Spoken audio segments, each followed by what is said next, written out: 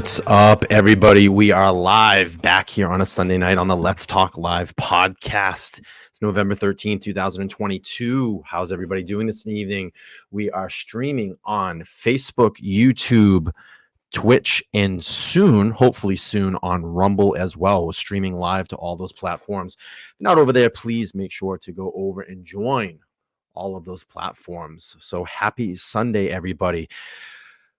Man, I've been doing a lot of thinking over this last 24 hours. And I have to say that, last night's show was fantastic. So we had Bezos here on the channel hanging out, and also Design LTA, Jay.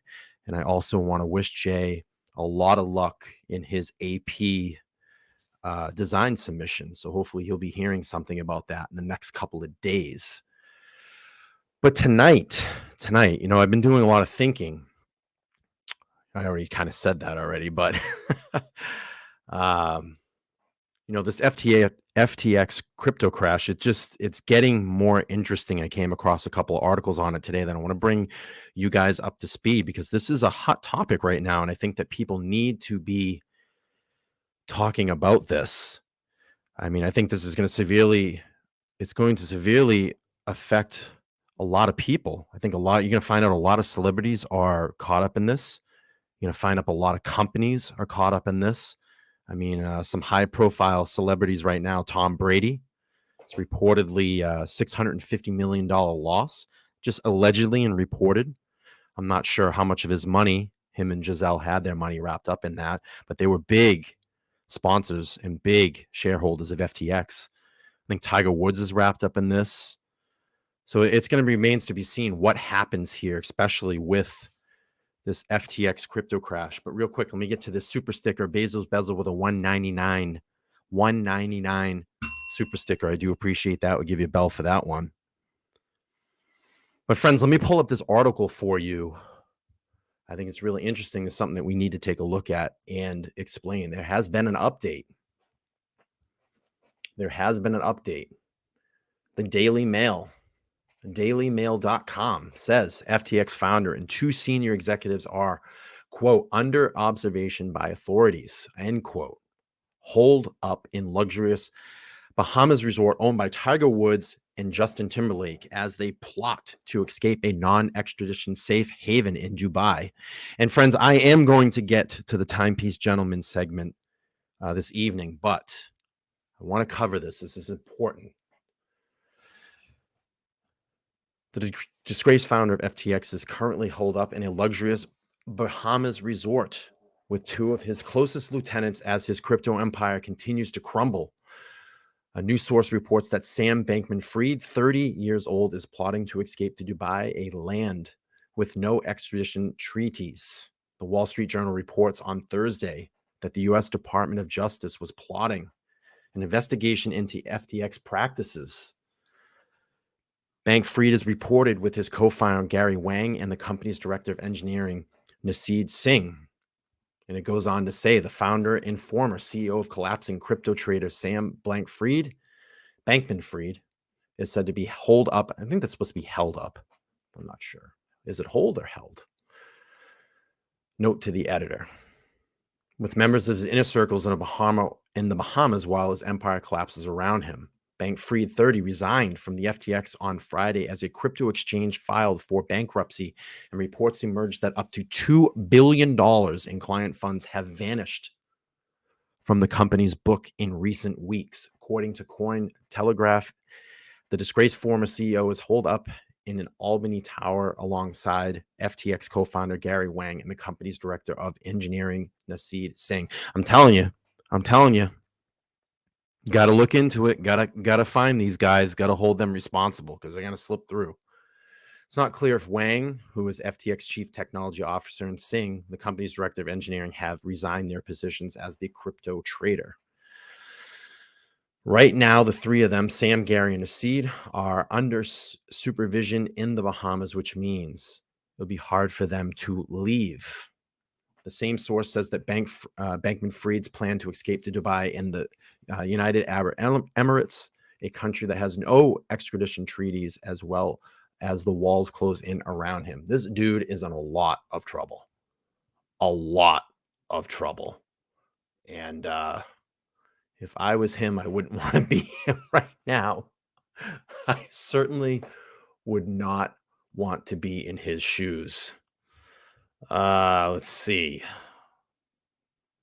It goes on. It says the Wall Street Journal reports on November 9th that the U.S. Department of Justice and Securities and Exchange Commissions were plotting an investigation into FTX. The sources added that Bankman-Fried's father, Joseph, is also present. DailyMail.com has reached out to Bankman-Fried for comment. I doubt that he's saying anything at this time. The resort where Bankman-Fried is hiding out is owned by golfer legend Tiger Woods and British billionaire Joe Lewis and singer Justin Timberlake.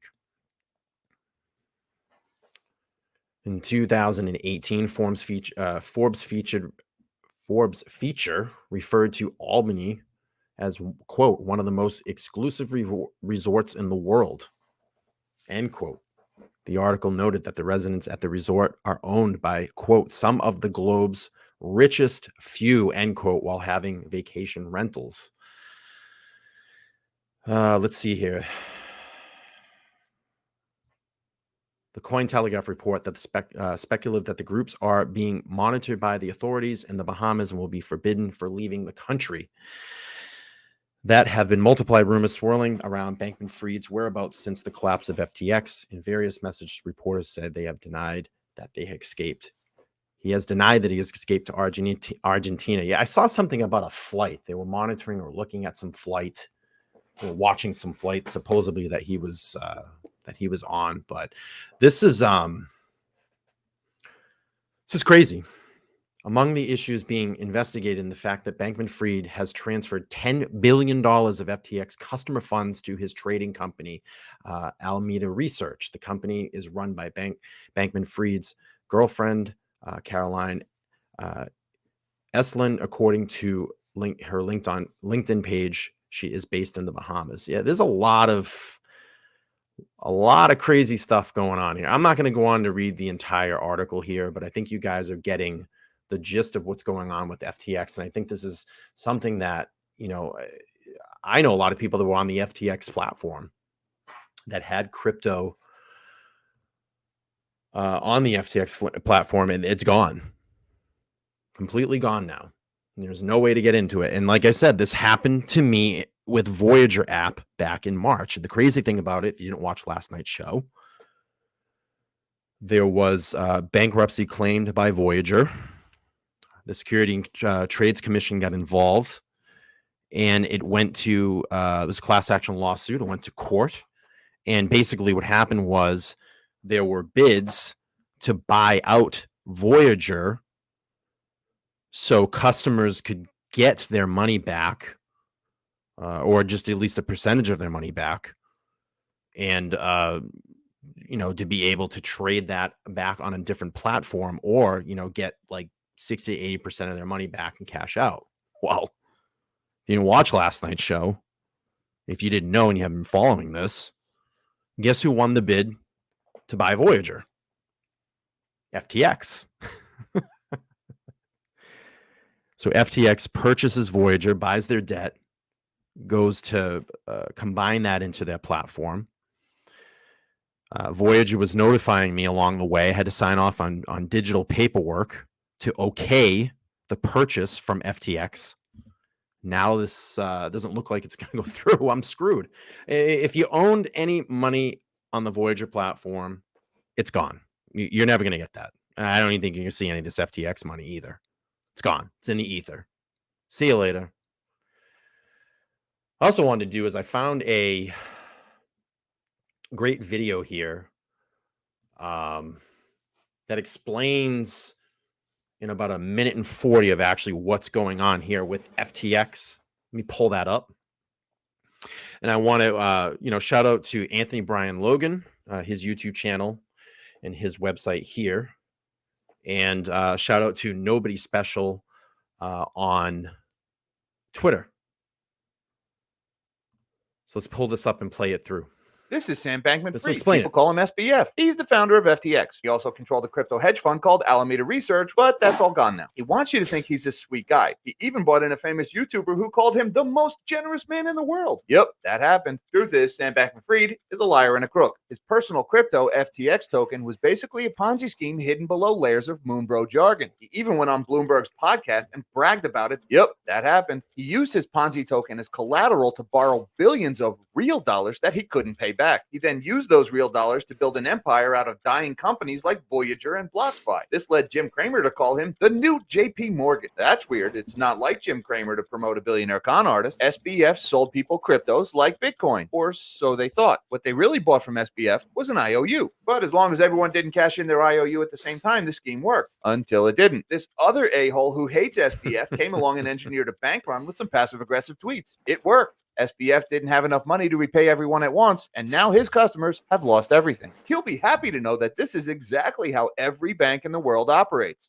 So where did all the money go? He misappropriated $4 billion trying to save his failing hedge fund. Whoops, that's a felony. He spent $21 million on Super Bowl commercials, $5 million for the big guy, $40 million in campaign donations. I wonder what he wanted in return. And everyone who's pointing at this story and saying, this is exactly why we need to regulate crypto. Remember that SBF stole billions. That's already a crime. And he spent a lot of it on bribing politicians. Also a crime, in order to create a crypto monopoly for himself. Government regulations don't protect the customers. They protect the crooks. That's exactly what SBF was trying to do.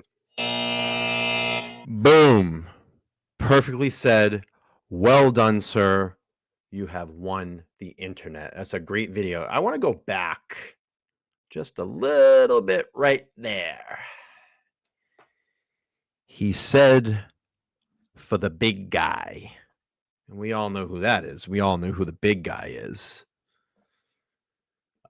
He's Bankman-Fried is a huge donator to the Democrat Party. And there's a rumor, an article that I actually read today, that he was planning in the next election to donate $1 billion. That's with a B, not an M. B, $1 billion to the Democrat Party. Crazy stuff.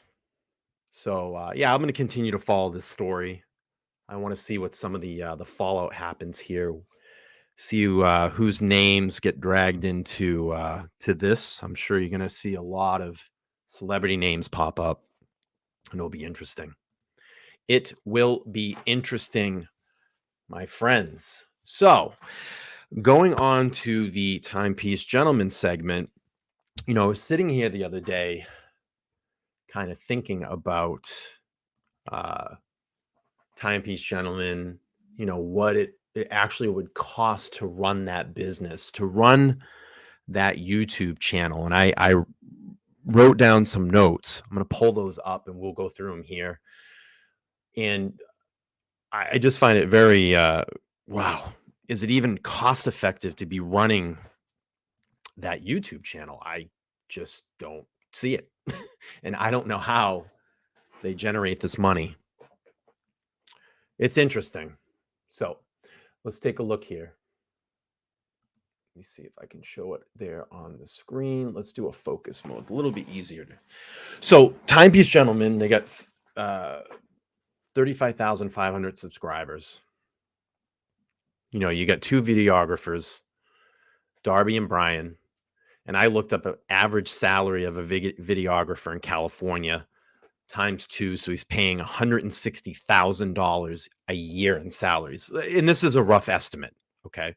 So you have Liz, that's Darby's girlfriend. He probably throws her on the payroll in some sense. I said, an average salary, you give someone an average salary, let's just say it's $50,000 a year.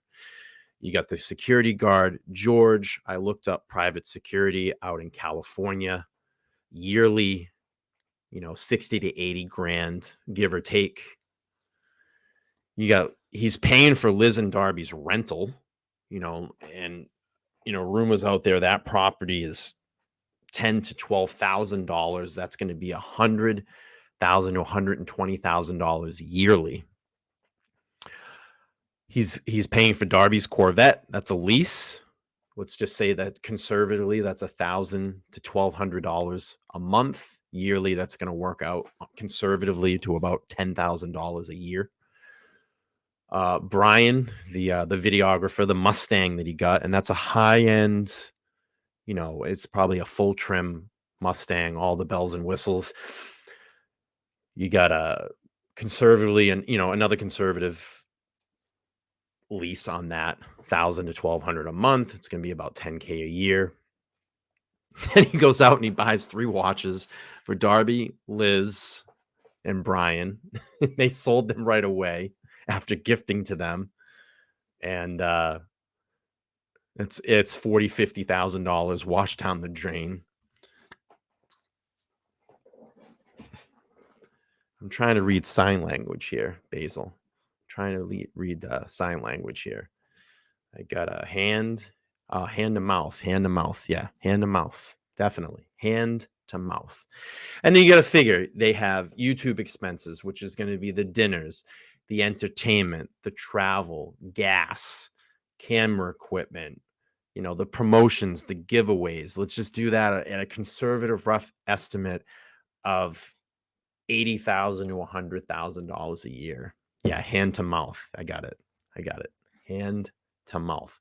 So conservatively, you know what that adds up to? Let's reveal it. Let me see if I can do this right. We'll reveal it. It's $120,000 a year to run TPG. And that basically the YouTube channel. It's based around that. 520, it's $500,000 to run that. Where the hell's the money coming from? Think about that. $520,000 a year. Where is that money coming from? And I think this has been the big question. This has been the big question that people want answered. I can't figure it out. I can't figure it out. Is it an investor? It's got to be an investor. Someone still has to be investing in this company. It's a lot of money. It's a lot of money to run a YouTube channel. And again, flipping watches, is that what's paying the bills? I don't see it. I don't see it. What do you guys think? Let me know in the chat. Where is the money? Where is the money coming from?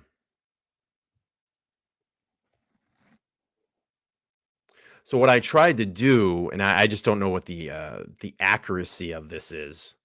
I tried to look up on, what is it? Socialblade.com. That gives kind of some statistics of, YouTube channels. And I don't know how accurate it is. But let's just say, they're saying that estimated monthly earnings is between $87 and $1,400. The estimated yearly earnings is $1,000 to $16,000. I just don't see how that's accurate. And I've tried to do a little bit more research to see the accuracy of statistics and what people get paid off clicks and views. And my research, when I come down to it, I just don't think that there's enough money to generate. Look at his views. His views are even light. But I do find this a little weird, and the subscriber count, 100 a day, 200 a day, 200 a day, 100 a day. You can see where there's been big pushes on videos, 18,000, 23,000, 10,000. They just kind of drop. His daily average is about 1,100. You can see here what he's averaging daily. I don't know how accurate this is. It's supposed to give a representation of the statistics, but I just don't see where the money is. Money's not there. Money is not there.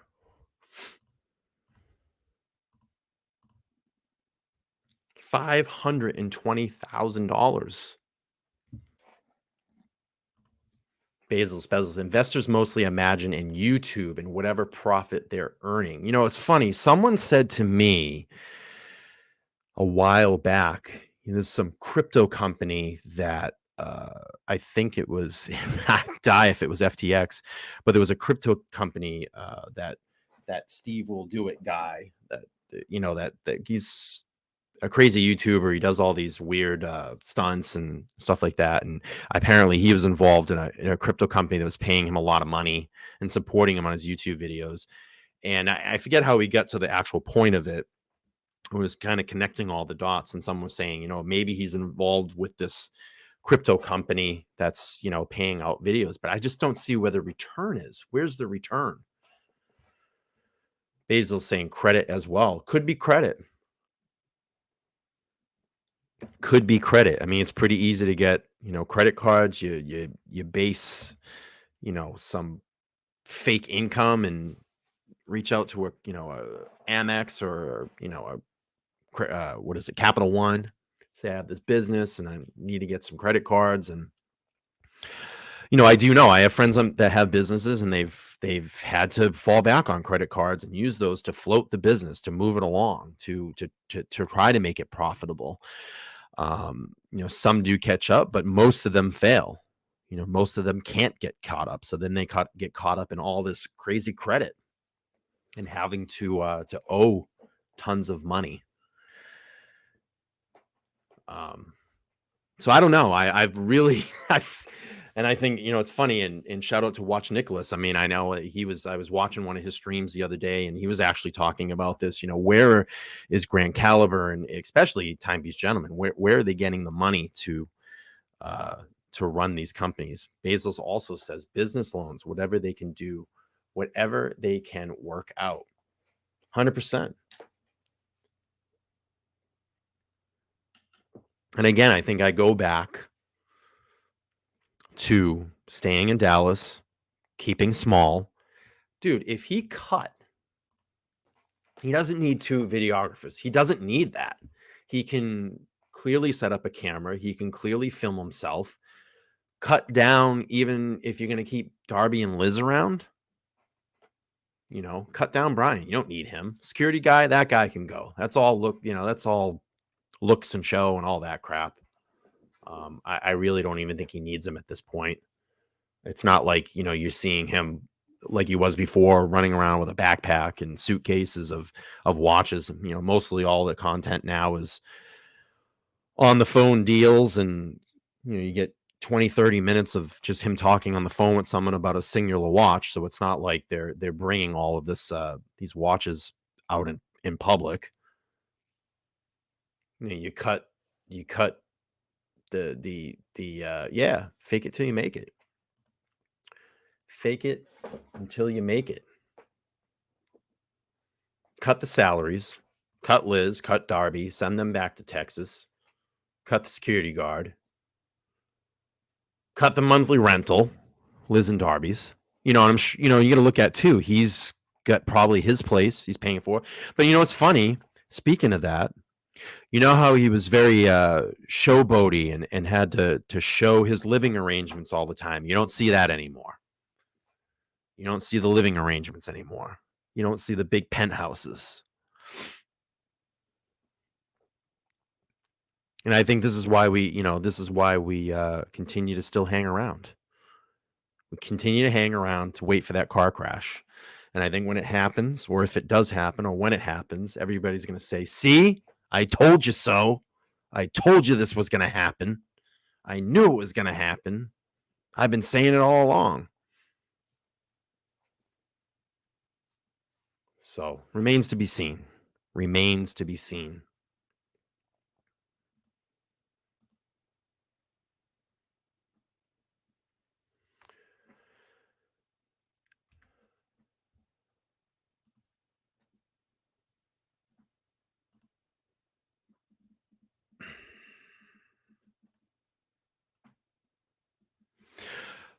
But that's really all I had this evening. I just want to come on and do a quick Sunday show for you guys.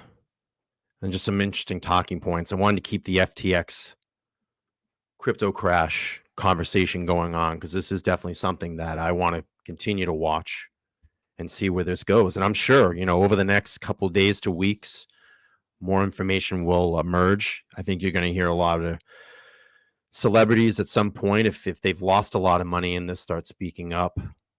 I know, what was it? One of the sports arena. I mean, Major League Baseball was involved in this.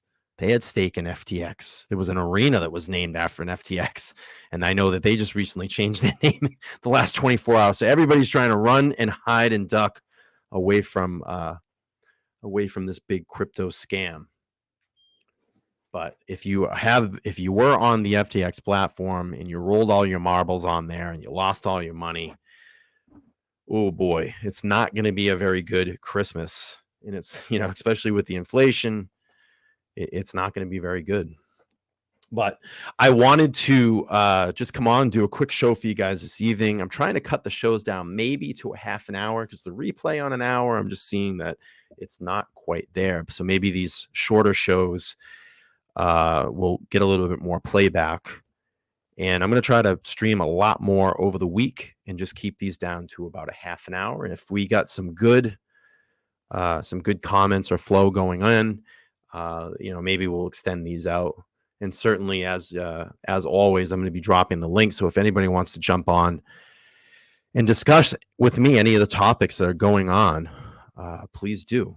But it's going to be an early night for me. I'm really tired. I just want to come on and do a quick 30-minute show for you guys. And I will be back, I believe, on Wednesday or Thursday night. I have my show set up for Thursday night, and we're going to go in and do a Grand Caliber walkthrough. First time I've ever really watched one of their videos. I think it will be interesting. So that's going to end the show this evening. I appreciate everybody hanging out, watching. Bezos, thank you so much. Always being a huge supporter in the comments. And that's going to be it. I'll see you guys next time. And make sure, if you're just popping in, you can jump back and watch the replay. For now, I'm Brian's Let's Talk Live podcast. I'll see you guys next time. Good night. Peace.